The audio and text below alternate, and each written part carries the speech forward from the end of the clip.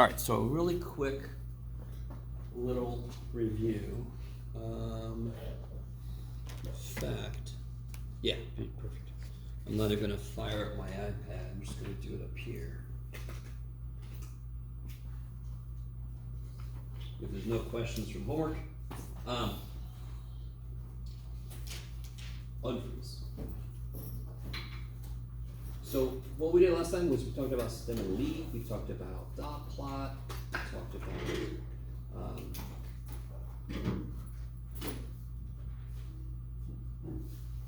histograms. Then we got into measures of central tendency. We talked about the mean, median, mode. I think before that we talked about percentiles. So very quickly about percentiles. What would this symbol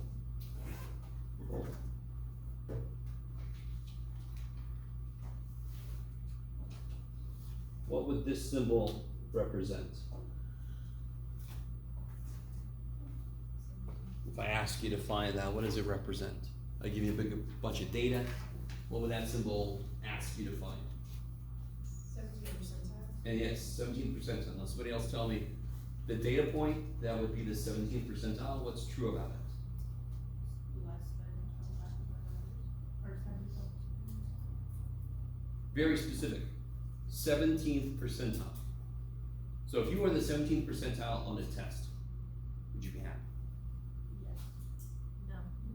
So it's not like being in the top 10%, reverse. What does the 17th percentile mean? Always. It always means the exact same thing. That data point has how much of the data below it? 73. No. 17%. 73% would be, or 83% would be above it. Let me stop for a minute. So real quick, is 17th percentile always bad? If you're in the 17th percentile of rent, it's good from a amount you pay standpoint, but then, you know, where do you live? You might live in some places I've lived, the 6 million. Not the best places, right? 17th percentile golf score. Is that good? Golf, real quick, golf. Does golf higher score better or lower score better? You guys know that? Lower scores better, because that's how many hits it took to get into the hole. You guys, you can tell I played golf. Right, Bush? Yeah. So the percentiles always mean the exact same thing. It's just if they're good or bad depends on the situation.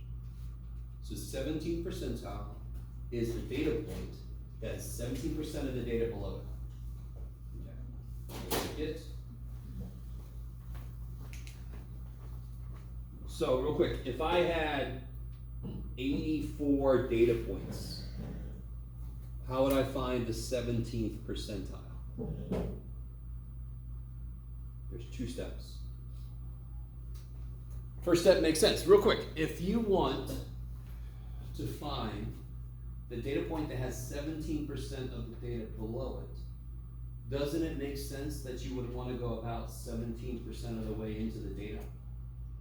If you start at the beginning, you would want to go about 17% of the way in. Wouldn't that mean you've passed 17%? Okay, I like it. So what would this first step be then?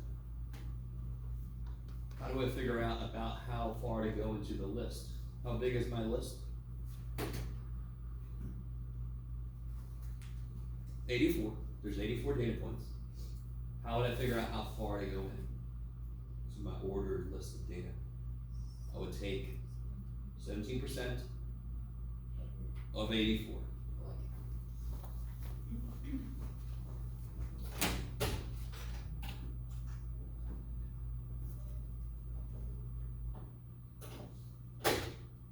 Okay. Hey, maybe when I give out these things, I'll run and grab my calculators for you guys. But does anyone have a calculator? Can do 17% of 84?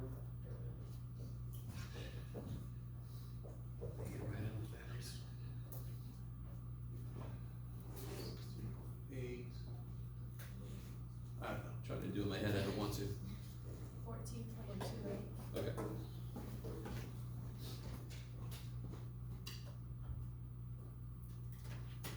stop there for a second. I really want this much just to make complete sense. If this 17th percentile is a data point that has 17% of the data below it, I want to pass 17% of the data. Now, there is no 14.28 data point, is there? There's a first, a second, a third. So what do I do if it's not a whole number, if it's 14.28? Round up. Always. If it's not a whole number, you round up. And then how do I get the answer? What is the answer? The answer is the which data point? 15. Okay. So one thing to notice, I don't know if anybody's concerned about this, but are percentiles precise? No. Because we got 14, but we made it 15. Why did I round up? Because 14 wouldn't be enough. So I always round up. If it's a whole number, I average that with the next one. Yes? And that was the whole idea of what's the 50th percentile of 5 numbers? It's the third data point. But what's half of 5? 2.5. Round up to 3. The third number is the midway point. Okay, maybe. How you guys doing? You're all like, God damn, this guy and his math. Monday morning, slam us. Okay.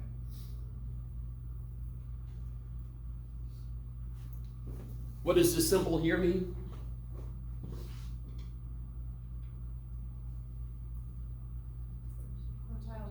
Quartile 1. I like it. So if you watch the football game, it's broken up into quarters. Now they're not equal in terms of actual physical time, but they're equal in terms of time on the clock, correct?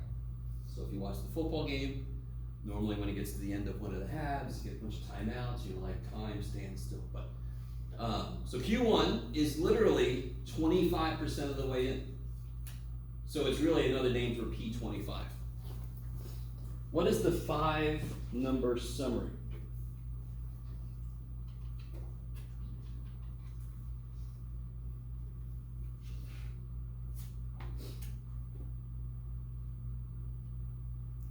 So, football game, right?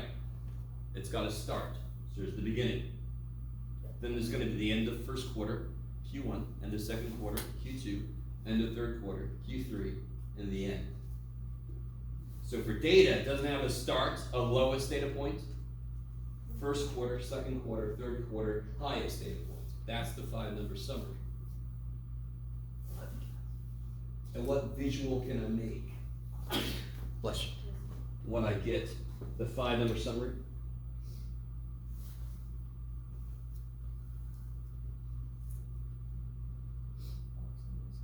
Box and whisker.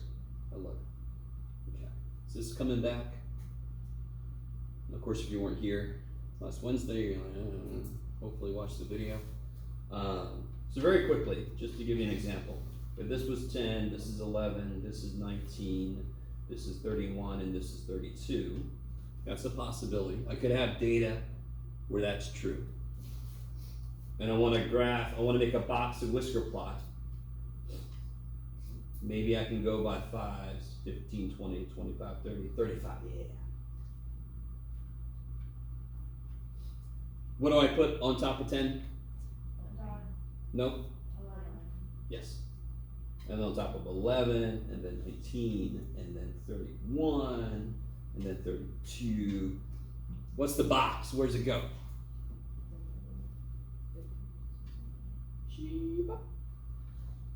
And then this cat's got very big face and very small whiskers. Okay. Big old Pluto looking at you. And you've all seen this kind of picture before. Now you see how to make it. Notice the scale is consistent. Yes? You don't want to do 10, 11, 19, 30. Whoa. Okay. So, I'm going to let you guys work on this.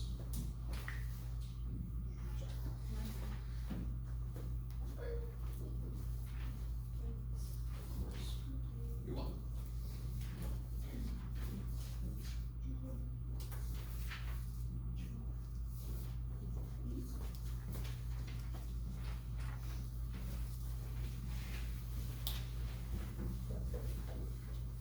one side, says percentiles and box plots, that's the side I want you to look at.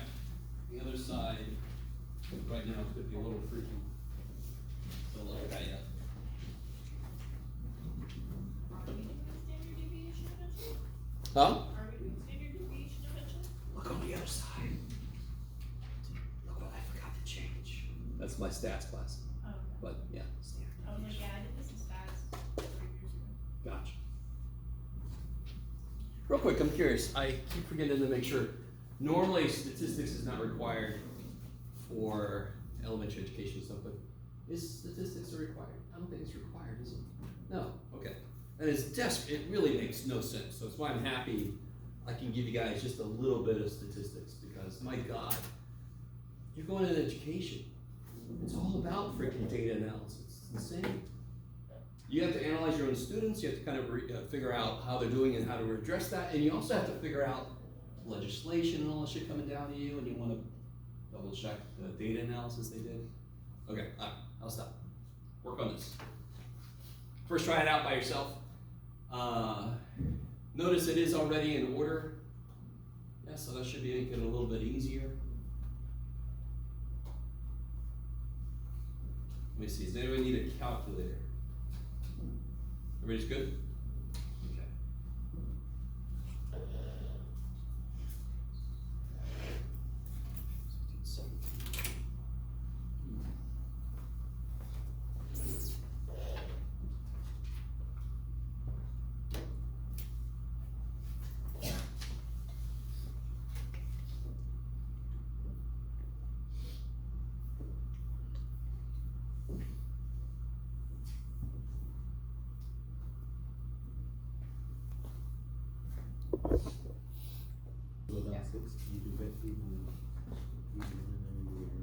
All right, guys, let's take a look. These are the pretty much the exact kind of questions I like to ask on a quiz or a test or something. Every percentile has 2 steps. First step is where's the answer. Second step is go get the answer. So on part A, what's the first step? What do I do for the first one? Take 42% of 22. So step 1, 42% of 22. What'd you guys get for that? 9.24. That's a decimal. So you're gonna round up. The 10th number is the answer. So second step is go get the answer. And what was the 10th number? 8. Chaboom! So that means 40% of the students made below an 8. What about Q1? It's just another name for P25. So you do the same 2 steps. 25% of 22 is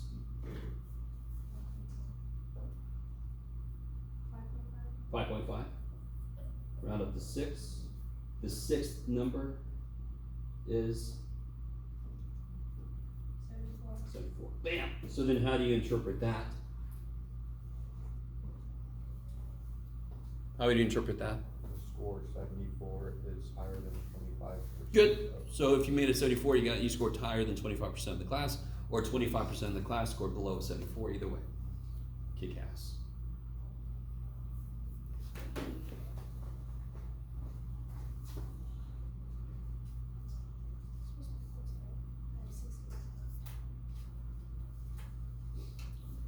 And then part D, you've already got 3 things for part D. Because the 5-number summary is the low, Q1, Q2, Q3, and the high. Well, the low, the high, and Q1 we already got. Right, the low was 55, the high was 96, and Q1 we just did was 74. What's another name for Q2? The median, P50 or the median, 11. Right, and to calculate Q2, you would take half of 22 is 11. That's a whole number, so how do I find it?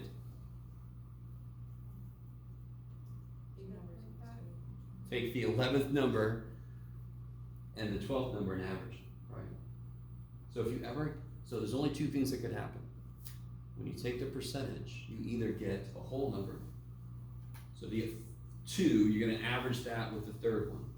If you don't get a whole number, you round up and take that answer. So you're almost rooting for a decimal, because then you just round up and take it. You don't have as much work to do. So half of 22 is 11. And now I have to average the 11th and 12th numbers. And the beautiful thing I think about the 11th and 12th numbers are they're both 81. So that was nice. Look at Jeff being nice. Don't get used to it. Q3, I would argue, let me see. The official way to do Q3 is to do 75%, because it's P75, 75% of 22, blah, blah, blah. But if I have to count, remember to get Q1, I had to count, what was it, 6? Yeah, to get Q1, I had to count 6 from the bottom. I really hope somebody out there understands. To get Q3, I count 6 from the top. Q1 is 25% away from the bottom. Q3 is 25% away in from the top. I already know 25% equates to 6. I already did the work, yes? So don't get me wrong. You could all day long do 0.75 times 22, get a number, blah, blah, blah, blah. Or just count 6 in from the top. 1, 2, 3, 4, 5, 6. 89, is that what you guys got? Yeah. Kick ass. I really hope.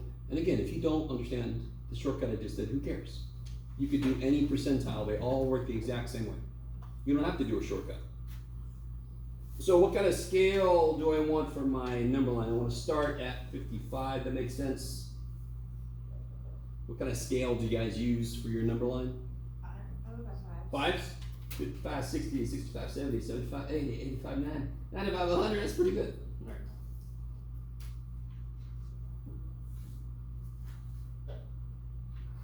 And then, of course, you just put a bunch of lines. It's almost too good to believe. You know, like whatever you say. And then what goes into the box are the middle 3. And somebody remind me what percentage of the data is always in the little box, dude? 50%, always. Because it's Q3, Q1, so of course there's 50% between those two. Okay, maybe. Okay. Let me say a couple things. Is this data seem to be symmetric? No, so that's a quick thing you can get from the visual, right? In fact, the data seems to be skewed to the left, which means I like dragged the data down a bit. Yeah, it's going further than we have to, but just visually I can get a lot of information without even looking at all the individual numbers. That's the whole idea. Any visualization we make, I'm trying to make it really easy for somebody to see all the data points without having to look at all the freaking data points. Okay, maybe. Okay. So,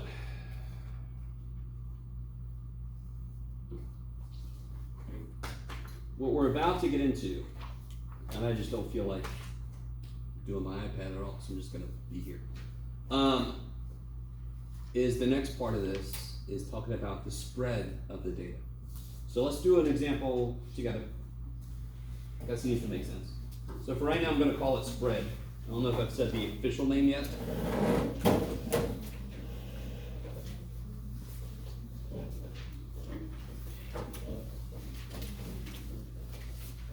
Now, real quick, let me show 2 separate data data lists. I think this is the same I showed you last time.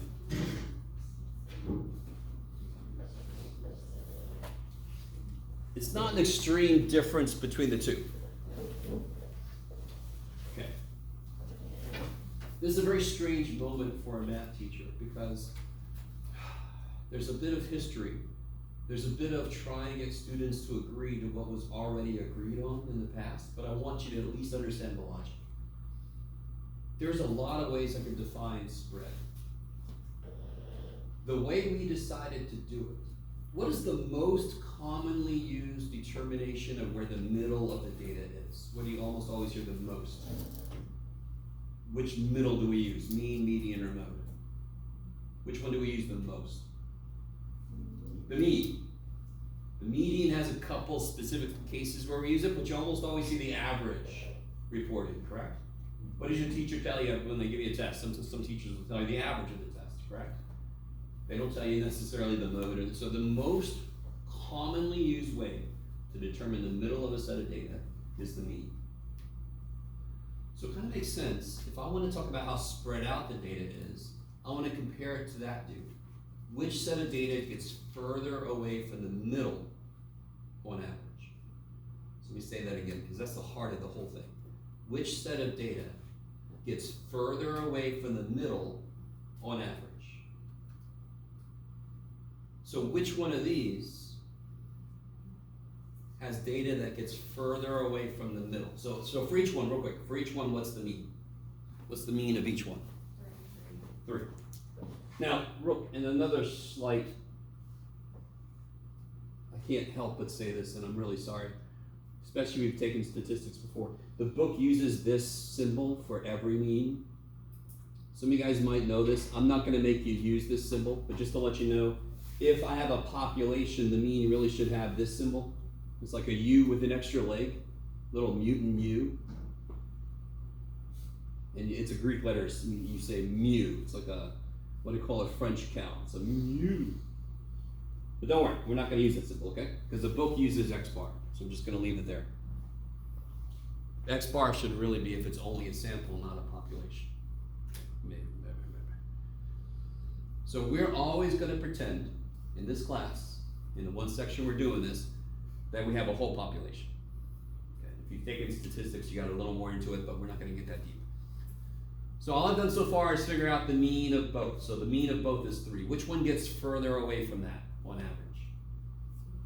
Okay. So which one has data points? So I'd say, if I say 3 is home, which one has data points? Which one has kids that got the hell away from home more? B, yes? In part A, didn't 3 of the kids freaking stay home? And the parents are like, good Lord, get the hell out of here. And kids are like, it's California, dude, I can't afford this shit. Part B, only 1 kid stayed home, yes? I really want this to make sense. So there's a lot of different ways I could have defined spread, but we decided, and it kind of makes sense, to connect it to something else we already figured out, the middle. So let me say what I said again, because this covers everything. This explains the whole way we do this shit. Which set of data gets further away from the middle on average? Yeah, so B gets further away. But that's the idea of the spread. I might as well say the name. So the actual name, the technical name for it is the standard deviation.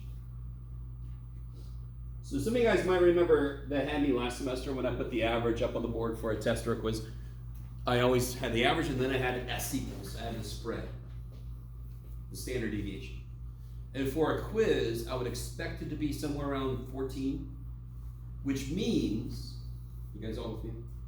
So if I had a set of data for a quiz, normally I expect it to be 13, 14, which means on average, every data point was about 14 away from the middle. Now if you think about it, if the average was like an 80, some people got 83, but some people got 50 and some people got 100. So on average, that's how far away the data points got. If you are a teacher and you give a quiz, and you get it back and your standard deviation is 2, what does that mean? On average, everybody's grade only got 2 away from the mean. Now that's possible, but more than likely what that means is everybody made the exact same mistakes. I think I talked about this last time, I can remember, right? That's one quick thing. If I kept those standard, now I would have noticed it as I was grading it, but the standard deviation really just slaps me in the face and says, holy shit. Now, there's a lot of controversy. You guys have heard of the bell curve? Okay. There's a lot of controversy about assuming every class must follow a bell curve. That is bullshit. Because it's very possible I could have an entire class of students who just took math and they're on it and they whatever, right? And they all get in the 90s. That is not impossible. It's just very unlikely. So when you hear, has anyone heard their teacher say that they curved grades? All it means is whatever this was, wherever they just moved it over. That's all it means. They just lifted the curve and they moved it. So whatever this was, like the highest grade was a 50, they just, and now they made that an A. So they just kind of moved it over on this grading scale. Okay, maybe. Do I ever do that? Yes, I do sometimes. It's necessary. Okay, so standard deviation is the average distance from the middle to all the data points. If I wanted to calculate the average left shoe size in this classroom, what would I first need to have a list of? All the left shoe sizes, yes? You guys would? If I wanted to calculate the average number of pets in people's houses in here, what would I first need a list of? Pets, each person, how many pets each person has. So if I want to calculate the average distance from the middle to all the data points, I first need a list of the distance from the middle to the data points. So to calculate average blank, I need a list of blanks, and then I can average them up. So we're going to do the first one. Let's see. I'm going to write it like this.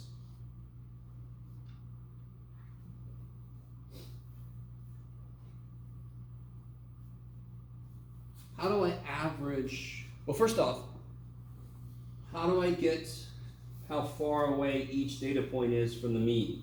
What operation would I use to figure out how far apart two things are? How far apart are 10 and 18? Subtraction. So I want to use subtraction. So let's do this. So like I just said, if I want to figure out the average distance from the mean, I first need a list of distances from the mean. So if I do x minus x bar, that means for each x, I'm going to subtract the mean. You'll notice something funky. So what is 1 minus 3? Negative 2. 3 minus 3, holy shit. And then 5 minus 3, 3 more. Okay. Now some of you guys, it only makes sense this happened because whatever the average is, there's going to be some below it and some above it. That's the whole freaking idea, yes? So anybody that's below it, this would come out negative. And if I add those up right now, what will I get? If I add up those distances I just calculated, they're not really distances, but if I add those up, I get freaking 0. That would be true for any list, any numbers you could possibly imagine. If I did the same shit I just did, that would add to 0. That's never going to do what I want it to. I really want you guys with me.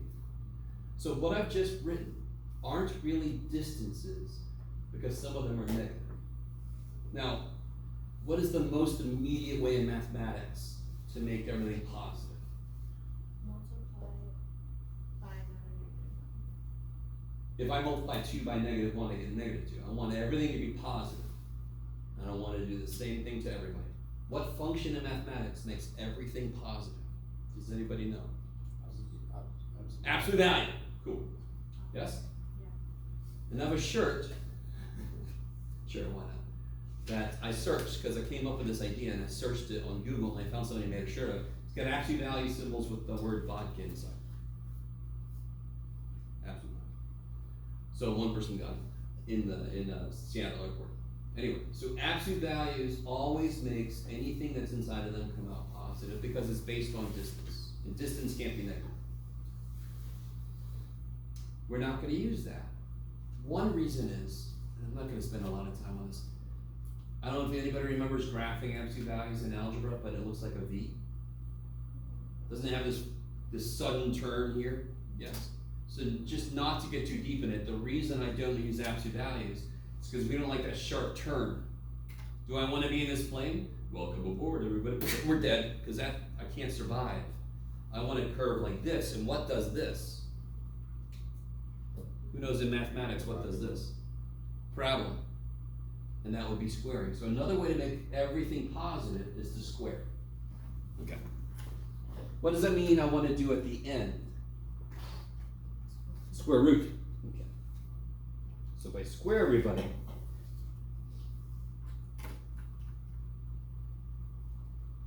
so what we're going to do is we're going to find the average squared distance, and then we're going to square root. Now, if If you want a more fully fleshed out mathematical interpretation of what we're doing, take my stats class. Here we're not going to go too deep into stuff. So we're still going to do the same thing we're trying to do. We just had a square to make everybody positive and to not be freaky with the kink in the graph. I still want to add these up, and then how do I find the average of anything? I add them up. Divide by how many there are. That's crazy. Now there is a symbol. The book actually goes over this tiniest bit. There's a symbol for add them up. I can't remember. I don't think I did. And the symbol is this. It's like an E with the kind of elbows. Poor little dude. So it should look more like that, but I always just kind of do it. That means sum up this business. So I want to add up all of these guys and divide by how many there are. That's the formula. And then I have to square root it. Okay, let me stop for a minute. For a math student, this is really understandable. When you're in the middle of this kind of derivation, you kind of lose track of what the shit you're doing. The basic idea of standard deviation is the average distance from the mean to every data point.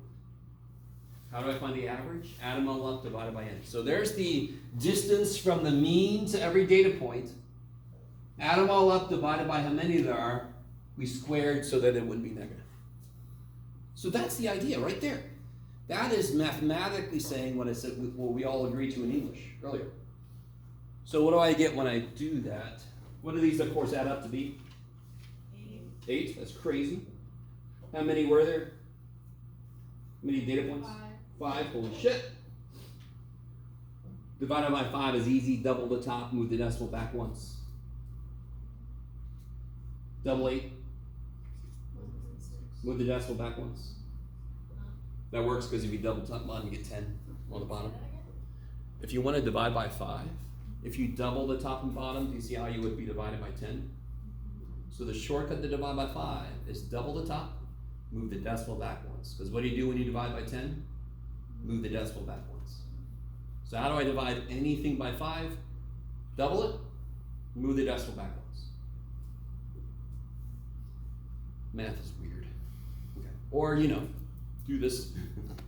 That'll work too. So is that the standard deviation yet? What have I not done yet? Square rooting. I love it. So right now, this is a Greek letter. We're going to use a Greek letter. That's the Greek letter S. It's actually sigma. It's the lowercase one of this dude. Why do we use it? Because we want to be all nifty, so we went Greek, and we're going to use the letter S from Greek because it's standard deviation, right? So I have to square root it, right? This is standard deviation squared. So when I square root it, what's the square root of 1.6? 0.4. 3? I don't know. I'm trying to do it in my head. What is it? Oh God, what did I do? Did I forget to square root it? Oh, I forgot to square root it. Damn it. Do it again. 1.26. What did I do in my head? You'll be alright, Jeff. Oh, I turned it around. Do it all the way. I'm sorry. Do it one more place. 1.264. 64. Okay. I like it. So, what does that mean? That means, on average, the data points on our list get that far away from the middle. So if I do all that work again for this data, what should be true about the answer we get here? What did we say here? The spread of this one should be how related to the spread of this one? This one's spread should be bigger. So the number I get here should be bigger. I like it. So if we do that again, 1, 2, 3, 4, 5. -2, -1, 0, 1, 2. 4, 1, 0, 1, 4. I get 10. And then when I do this business, I'll do this a little bit quickly. That's crazy. And then when I take the square root of that, I get 1.14. Good Lord, what happened? I missed something up. 1.414, there it is, Jeff. You'll be all right.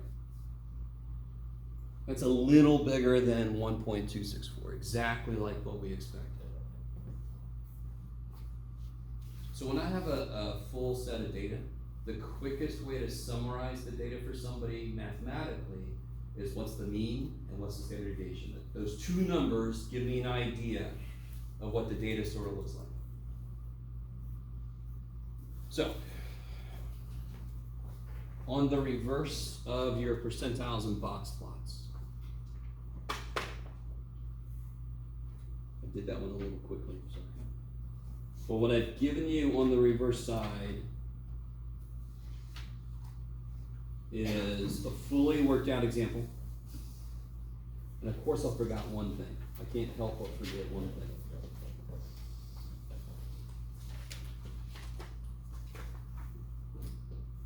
So let me see. Let me go back to this. When I do, so if I wanted to measure how far apart two people in this room are, would I use miles? Why not? Because on average, you guys are pretty close, yes? Your spread is not on the order of miles. Are you with me? If you wanted to talk about how far I am away from my little brother Jim, you would use miles because he's in Chesapeake, Virginia, right? You would use inches. Here, we might use feet, even inches. You with me? All right, I really want you guys with me. Standard deviation is a natural way to see how far data points are. It's relative to itself. It's just exactly why we wouldn't use miles here, because we are, on average, so many feet apart. Feet would be better. Okay. So, if I wanted to know how far is 5 away from the mean, I could ask this instead: how many standard deviations is 5 away from the mean? How many steps does it take to get from 3 to 5 if every step I take is 1.414 big? So, real quick, if you're 6 feet away from me, and every step I take is 2 feet, right? I just go right there. Right, every step I take is 2 feet. How many steps until I get to you? You're 6 feet away. Every step I take is 2 feet. 3. So you did how far apart we are divided by how big each step is. So how would I figure out how far 5 is from 3 relatively? I would do 5 minus 3, see how far apart it is, just directly, divided by how big each step is. That is something called the z-score. So if I wanted to, if I would have thought ahead, I would have. If I want to see how far apart two people are here, can't I take a yardstick, because we're in America, the only country in the face of the earth that doesn't use meters, and then actually plot that down? So the tick marks on that would be inches or feet, yes? When I calculate a standard deviation, that's my tick marks. And when I do a z-score, that's me laying the ruler down to see how far apart two things are. So on the paper, for example, here's the data. I go through all the work. The z-score would be how far it is divided by how big each step is. So do you all agree that 2 is below the mean? So the question really is, how far below the mean relative to the data? It's not quite a full step down. It's negative 0.95. So it's below the mean, that's why it's negative, but it's not quite a full step down. Okay. So what I want you guys to do is I want you to do all the same work for number 2.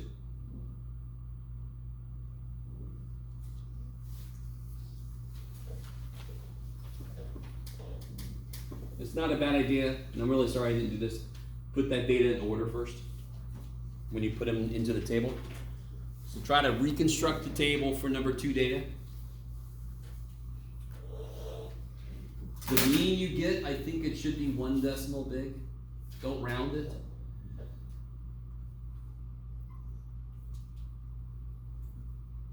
And very quickly, does it make sense you don't want to round the mean? If the whole idea of this is how far every data point is from the mean, and you round the mean, you've changed everything. So you really never want to round the mean for these.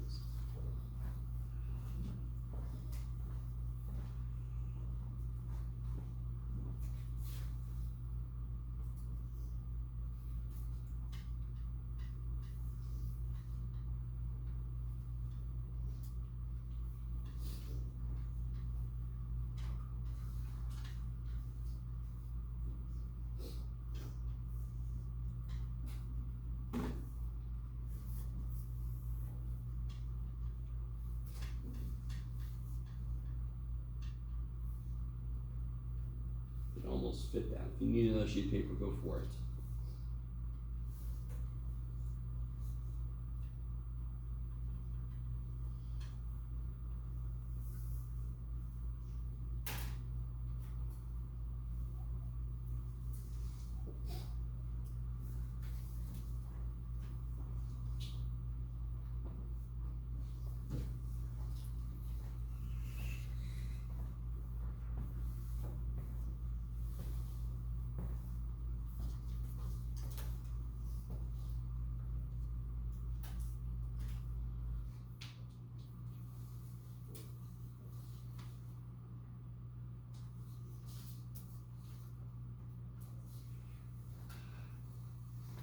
It's too bright.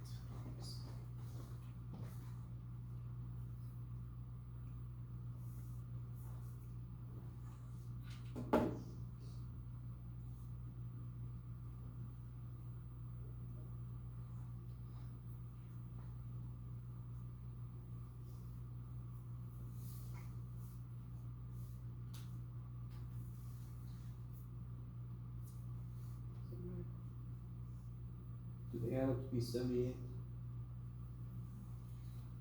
Yeah, so I think you get 6.5. So just make sure everybody's on the right track.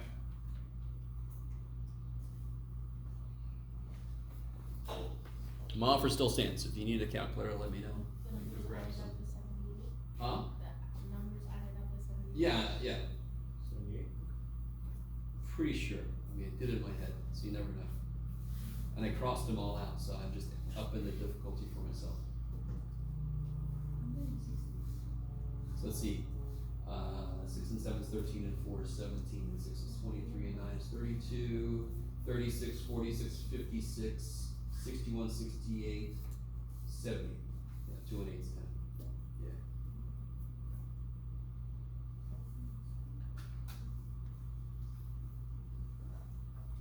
You might have left out some repeats, maybe. I don't know.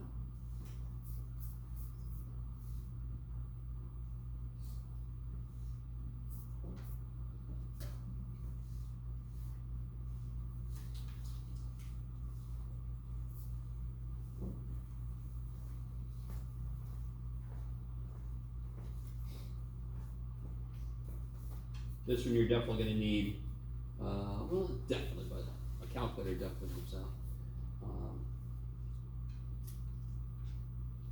Okay, that's right.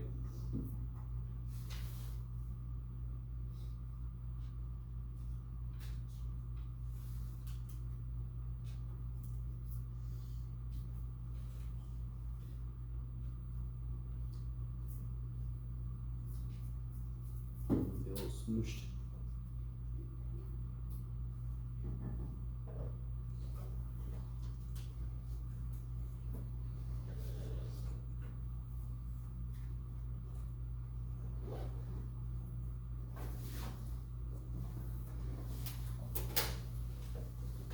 Are you guys all with me? So that one, I subtracted each data point. I subtracted the mean from each data point.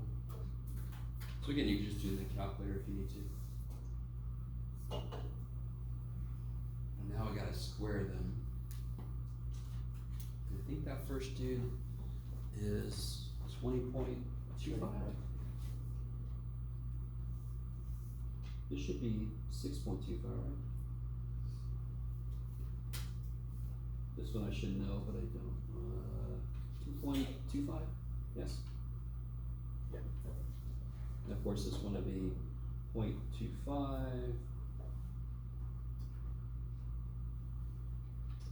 And then they got some repeats. And then 3.5, I don't know. Hold on. 12.25?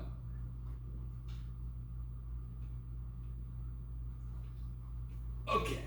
Oh, this is exciting, Jeff. Oh, man. I want a bunch of this. Now, I'm normally not going to give you a long list of data. Dear God. I'm never going to give you more than this, because then it just becomes busy work. So you can capture the idea with less numbers than this, but I don't know. I just was feeling evil. And now if you add all those up, you get something. Let's see. 21, 32, 34, 46, 66, 67, 68. I think you get 69. Is that right?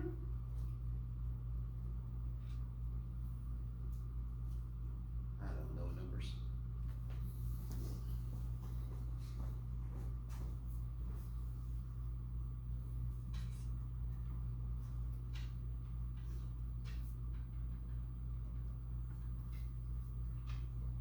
Pretty sure it's 69, yes. And then divided by how many were there?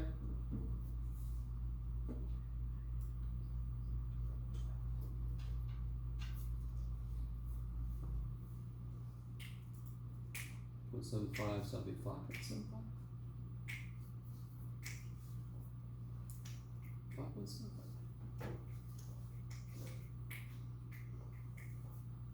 Well, until somebody tells me otherwise, I'm gonna say 5.75. Okay. And then, right, the great thing about this is it just is always the same thing. Calculate how far from the mean, square them, add them up, divide by how many there are. What do I still have to do? Square root that. That is very hard to do in my head. 2.39. Thank you. 7. 2.397? Yeah. So on average, every data point gets that far away from the middle. So if I tell somebody the mean and the standard deviation, that's huge. So,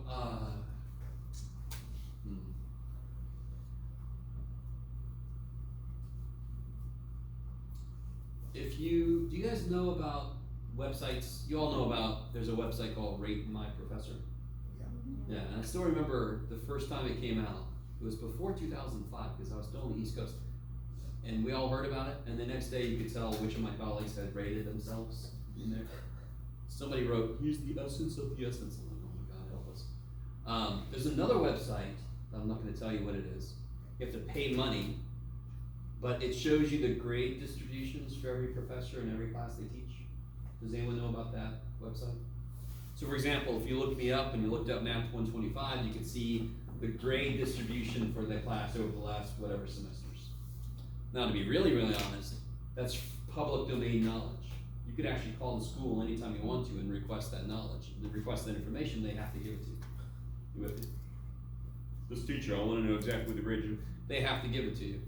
Now if you try that, don't say, you can say Jeff said you could, but you just can. I'm not saying that they know that. This website, somebody did that, and they make you pay because they did the work. Yes? Okay. By the way, it's not me. I didn't do it. I could have done it, but I didn't. Okay, now, z-score. How do I find the z-score for a data value of 8?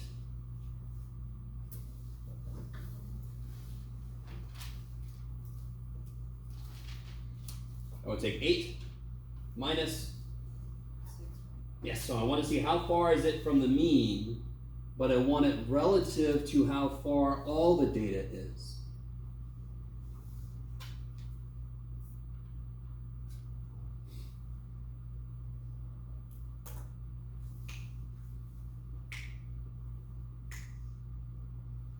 So whatever the hell that is, no idea. 15 over 24 is 5 over 8, so roughly 0.65, so like 0.6.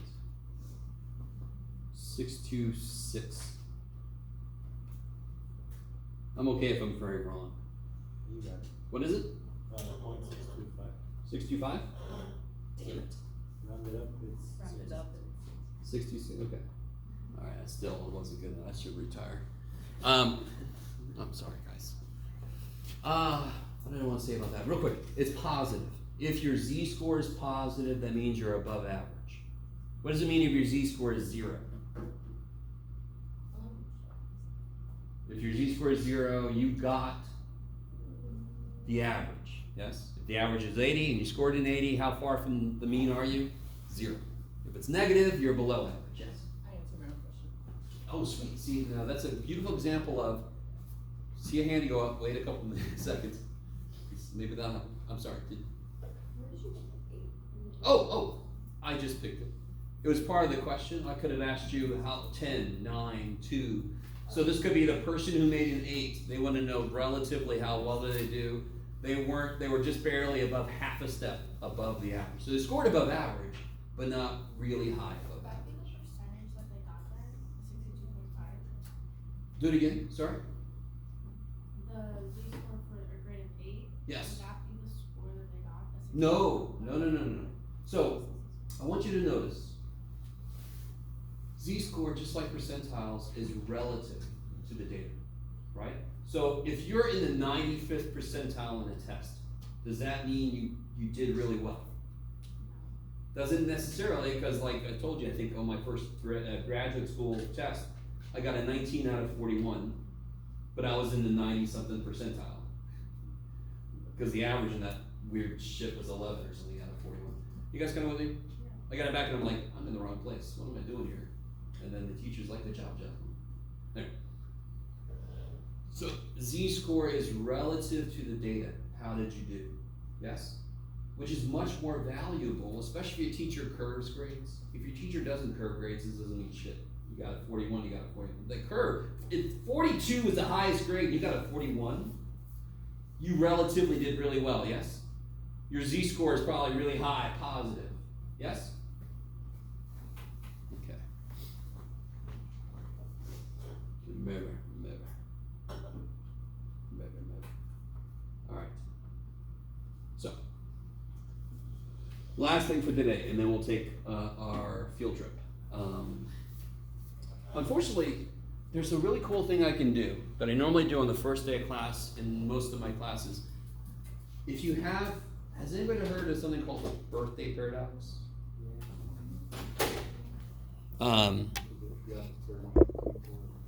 If you have 34 people in a room, then there's a better than 50% chance that 2 people have the same birthday. So on the first day of class, in most of my classes, I end up having like 45, 50 people. Now, of course, this class was hard capped at 30, and normally it's less than that. So if I try to do that in this classroom, it probably wouldn't work. Yes? But real quick, just to see, anybody born in January? Who are my January babies? January? February? What day? 14th? No way! Wow. All right. Everybody's going to celebrate your birthday with hearts and such. Yes? 7? Okay. So like a week apart. Oh, so what is today? Did we miss it? Yeah, 2 days just passed. Oh. January, March. March babies? 31st. 31st?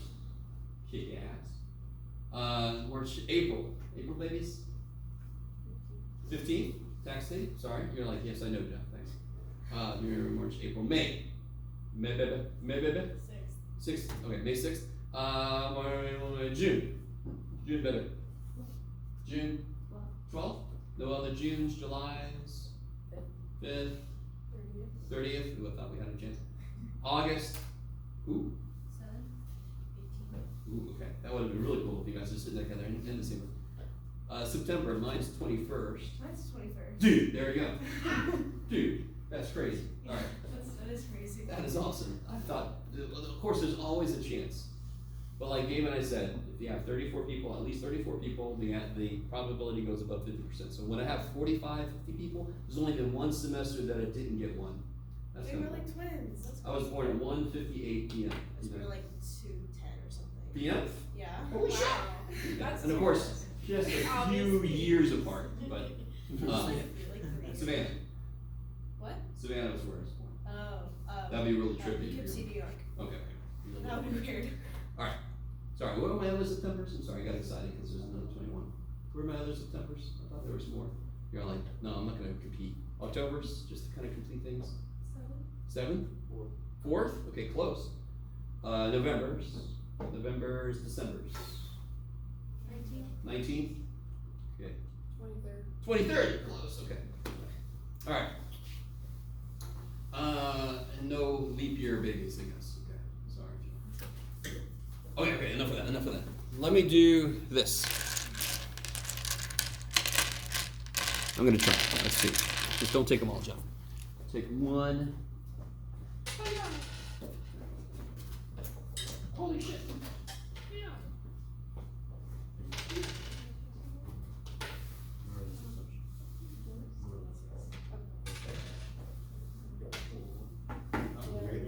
You get the floor one. Because you set it down, you didn't actually roll it. I rolled it. There you I go. rolled it in my hand. And I just set it down. Oh shit, that's like a video. I think it's like.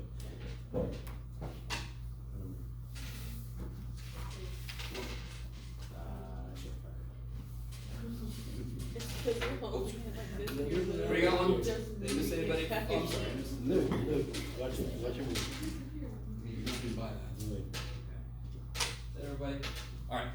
Before you, well, I mean, to be honest. So that's like a video. One, we're gonna be, by the way, before I forget, I'll say this. I need to figure out the exact details, but there will be something you need to pick up from the library.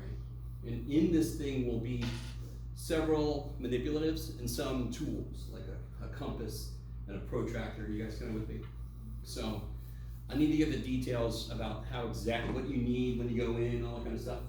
Okay. Is it free? Huh? Will it be free? Free. Thank the gods. If it wasn't free, you're allowed to slap me. Okay?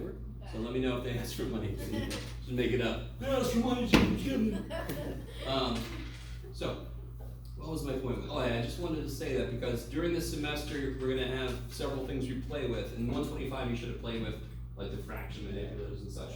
But normally when I give people, I try to give them a moment for them to just play with shit. Exactly what you want to do with your students. Just let them play with whatever they got, so you can kind of connect to it themselves, and then you can lead them on whatever specific things they have to do. So I always like when people stack things and make neat little shapes and shit. Okay. So for you guys, I give you one die. You're like, okay. So before anybody rolls anything again, what is the theoretical probability that you would roll an even number? 50%. Why? Because half the numbers are Good. So theoretical probability, do I have to actually do something to figure out a theoretical probability? No. No. Yes, sir. Just before we move any further, Yes. for like z-score, do we have to always have 3 decimals? Like after Oh, that doesn't matter. Yes, we'll say that. And when I teach statistics, my standard deviation always has to be 3. Z-score is 2 because we use a chart that goes up to all that kind of shit. But in general, if you're not sure, 3. 3, okay. Yes. Is this section 11 now? This is chapter 11, yes. Chapter 11 is all about probability. I like it. Sorry. I know ideas. I don't remember where they are. Theoretical probability is based on possibilities.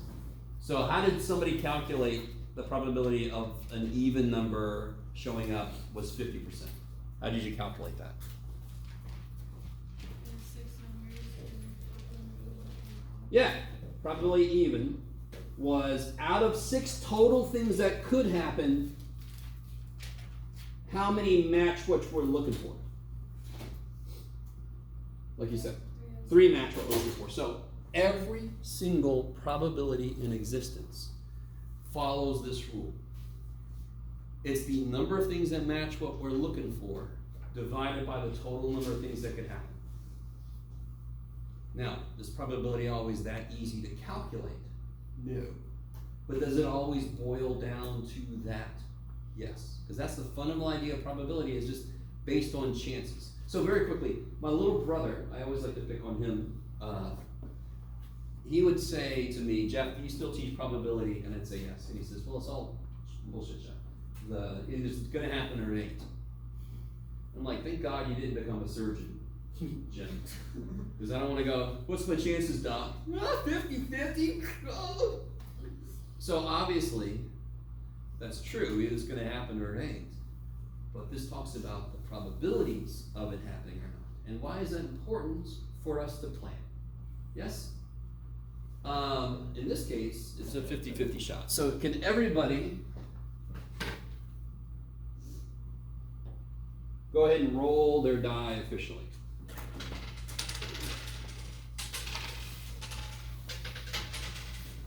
4, 6, 8, 10, 12, 14, 16, 17.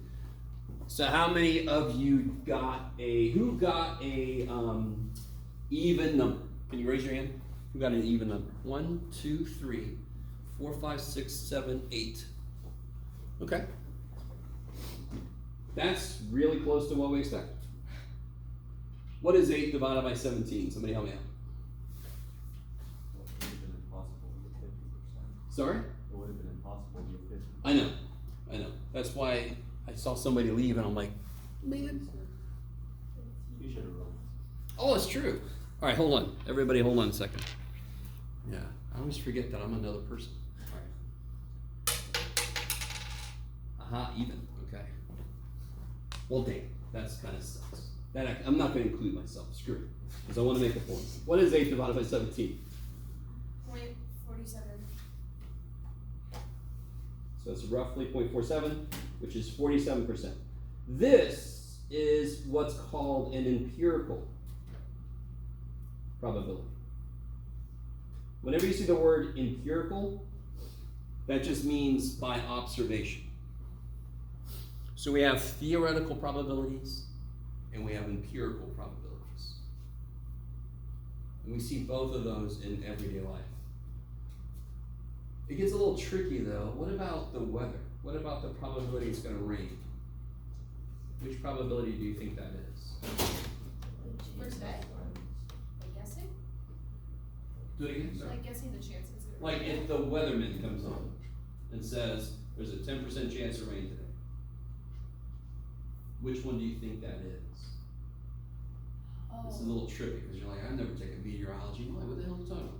Well, what's your gut telling you? When they say it's a 10% chance it's going to rain. It's theoretical, because there's 10%. Okay. In one sense, it's theoretical because you can actually see the cloud cover. You can tell through the observations of the clouds how dense with rain it looks to be and so forth, yes. But it's also empirical in the sense that you can see over history a certain pattern thing, they've gone this way, and then winds are this and so forth, it would go this way. So you can kind of, so it's a little bit of a combination of both. So a lot of things are gonna be based on observations, but also based on theory, because we can't let several days happen and then see what happens. We have to talk about just today what's gonna happen. Okay, maybe. So theoretical probability, nothing actually happens. We base it on what could happen. Empirical probability is based completely on observation. Okay. So let me do this. You guys remember all this? Everybody roll the die.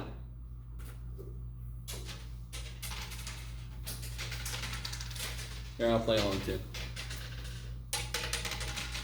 Okay, good. All right, who got a 5? Okay, 3 people. You 3.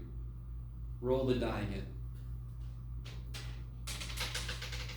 Did any of you get another 5? Okay, now, real quick. Does that make sense? What's the probability that any of you would have rolled a 5? Yes.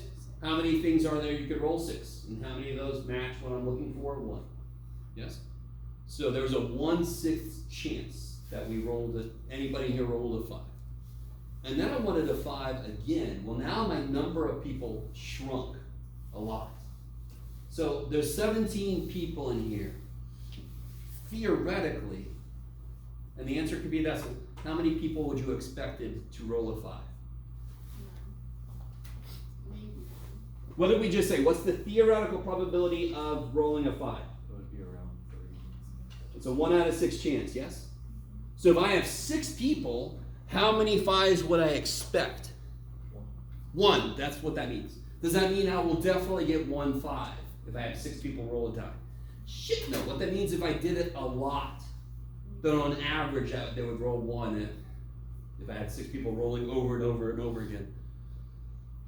So we have 17 people. Well, now 18. Sorry, that makes it a little bit easier. So how many would I? This is kind of tricky. You guys are like spot on. You're tripping me up a little bit. How many would we expect theoretically? 3. 1/6 of 18. Yes. Yeah, we got 3. That's tripping me out.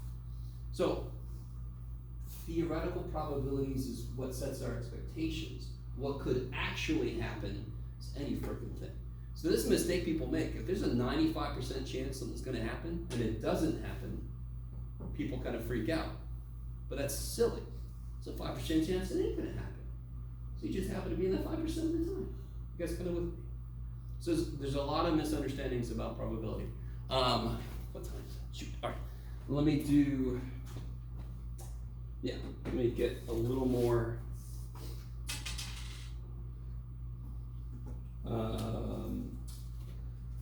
notesy here for a second. Blah, blah, blah, blah, blah. Yeah, okay. So let's say I roll a die. Let's set some definitions. There's something called a sample space. All a sample space is a collection of all the things that could happen. And maybe, well, yeah, sure, I'll leave it there. All the things that could happen.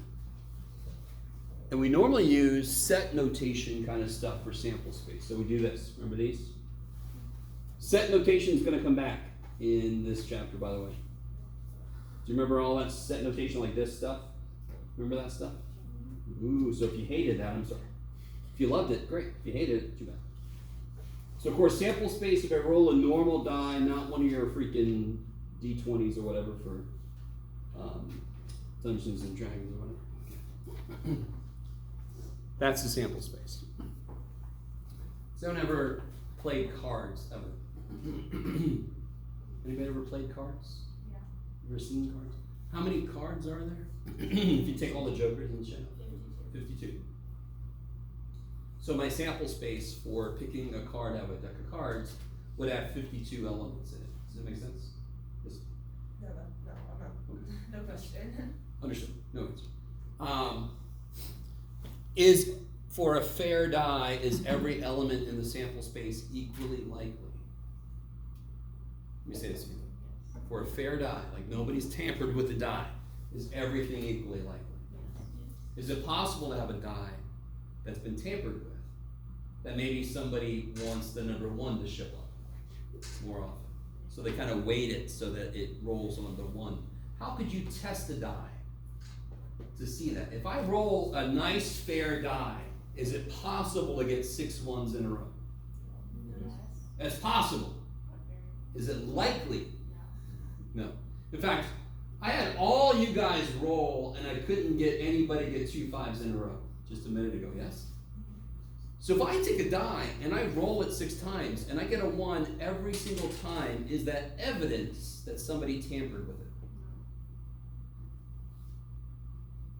What did we just say? Yes. If I have a nice, normal, fair die and I roll it 6 times, I would put a lot of money on not getting any number all the time, yes? Yes. So if I rolled a die, I wasn't sure, and I rolled it 6 times, and it always got the same number, doesn't have to be 1, whatever. Is that evidence that somebody tampered with it? Yes. Is it proof that somebody tampered with it? No. Shit, no. You guys with me? This is another thing people don't understand about probabilities. Just because something is really unlikely, that happening isn't evidence of some grand conspiracy or whatever. You guys? And that's happened a lot. So over the last 5 years, 6, 5, 6, well 10, well 20. Math people have been going slowly and saying with the general populace's misunderstanding of percentages, probabilities, so forth. Okay. We'll be okay. These are all equally likely. Now, real quick, last couple minutes. If I had a bag and I put 4 red poker chips, 6 blue poker chips, and 10 green poker chips. And I pick 1 poker chip.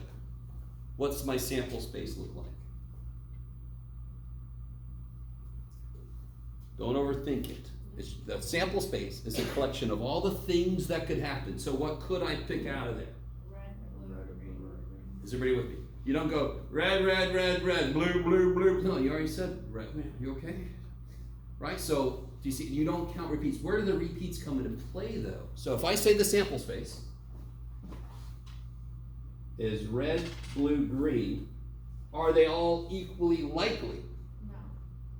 No. No. Which one's the most likely, of course? Green. Freaking green, because there's more chances, right? In fact, what's probably going to green?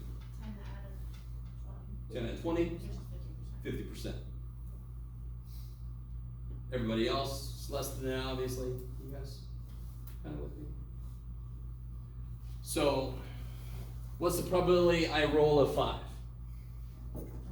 1 out of 6. Why could I do that? Because everything here is equally likely. What's the probability I get a green? Is it 1 out of 3? Can you see why somebody would think that? Yes, this is my little brother. What's the actual probability you get a green? 50%. You guys get the point I'm trying to make? So when you create a sample space, you can't base probabilities off of that directly unless you know everybody's equally likely. If you don't know that, you need more information. Okay. More than likely, considering I didn't get anywhere near as far as I wanted to, I'm going to make 11.3 extra credit. In fact, let me just make it official. To be really honest, compared to some other teachers, I don't know how you're going to feel this. I added in stuff from 10 and 11. So I'm okay with making 11.3 extra credit, and you guys are probably like, sounds really good to me. So I'll talk about that just a little bit next time. But not that much. I'm going to make it extra credit. Okay. So then next time we can get fully into chapter 12. Can you guys, let's see if we can make this. What I want to do, make sure I don't lose anybody. Get ready, if you pack up, you walk that way very, very, very slowly, or maybe even stay here. We're going to all go together and see a couple places. It should be really quick. Oh no! That's good to know. There it is. Oh, you're right.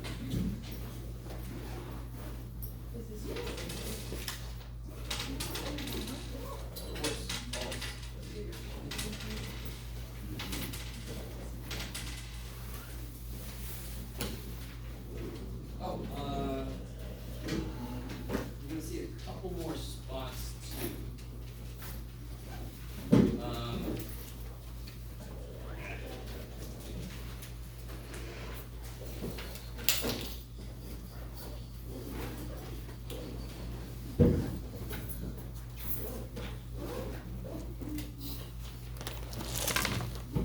All right, guys, this should be very, very quick.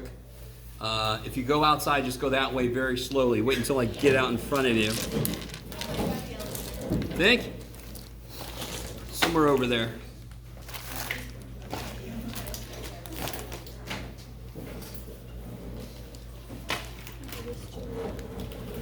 What's that? Oh, is that? Sweet, put it right there next to my camera.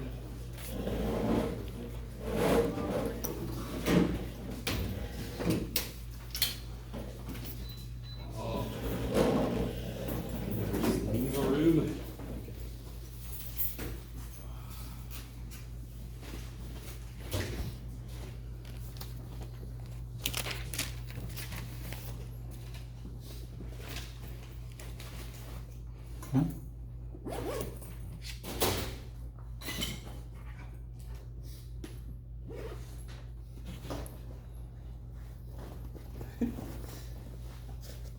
Hey, you guys have all left.